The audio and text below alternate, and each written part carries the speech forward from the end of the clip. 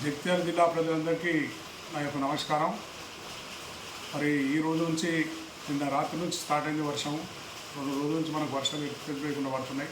ఇంకా 2 రోజులు కూడా ఉన్నదని వాతావరణ శాఖ చెప్తుంది కనుక అందరూ కూడా అప్రమత్తంగా ఉండాలి. గోదావరి తీర ప్రాంతంలో ఉన్న అందరూ కూడా, గోదావరి ప్రాంతంలో ఉన్న వాళ్ళు కూడా అందరూ కొంచెం ఎక్కడైతే గోదావరి దగ్గర ఉన్నాయో ఇల్లు ఉన్న వాళ్ళందరూ కూడా పైకొచ్చి ఉండేటట్టు విధంగా, అదేవిధంగా గ్రామాలలో కూడా అన్ని విధాలు కేర్ తీసుకొని అక్కడ ఉన్న ప్రజాప్రతినిధులు అందరూ కూడా, ఇదందరి మన బాధ్యత కనుక ప్రజాప్రతినిధులు అందరూ కూడా బాధ్యత తీసుకొని, అదేవిధంగా ఏదైతే మన పట్టణాలు ఉన్నది జగిత్యాలు కానీ, ధర్మపురి కానీ, అదేవిధంగా కొరుట్ల కానీ, మెట్పల్లి కానీ, రాయికల్ కానీ, ఏవైతే మున్సిపాలిటీస్ ఉన్నాయో వార్డులలో ప్రతి వార్డులో కూడా అక్కడ ఉన్న ప్రజాప్రతినిధులు, కౌన్సిలర్లు కానీ, మాజీ కౌన్సిలర్లు కానీ శ్రద్ధ తీసుకొని నీళ్ళు ఆకుండా ఎక్కడప్పుడు కూడా చేయాలి.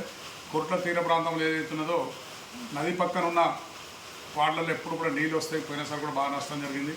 ఆ ప్రాంతంలో ఉన్న ప్రజలందరూ కూడా పక్కకు తీసుకొచ్చి, పైకి తీసుకొచ్చి వారి బంధువులను నింపించే విధంగా, లేకుంటే ఏదైనా స్కూళ్ళు ఖాళీ ఉన్నా కానీ స్కూల్ ఉంచే విధంగా ఏర్పాటు చేయాలి. అప్రమత్తంగా ఉండాలి. ఎందుకంటే ఏ రాత్రి వరద పెరుగుతుందో, ఏ రాత్రి పడుతుందో, ఎందుకంటే అప్పుడే వర్షం తగ్గుతుందో, అప్పుడే పెరుగుతున్నది కనుక అందరూ జాగ్రత్తగా ఉండాలని చెప్పి జగిత్యాల జిల్లా, అదేవిధంగా నా కొరుట్ల నియోజకవర్గం ప్రజలు, ధర్మపురి నియోజకవర్గం ప్రజలు, ప్రతి ఒక్కరిని నేను ఉన్న నాయకులందరూ కూడా అప్రమత్తంగా ఉండి మన బాధ్యతగా తీసుకోవాలని చెప్పి ప్రతి ఒక్కరిని నేను కోరుతున్నాను. అందరికీ నమస్కారం.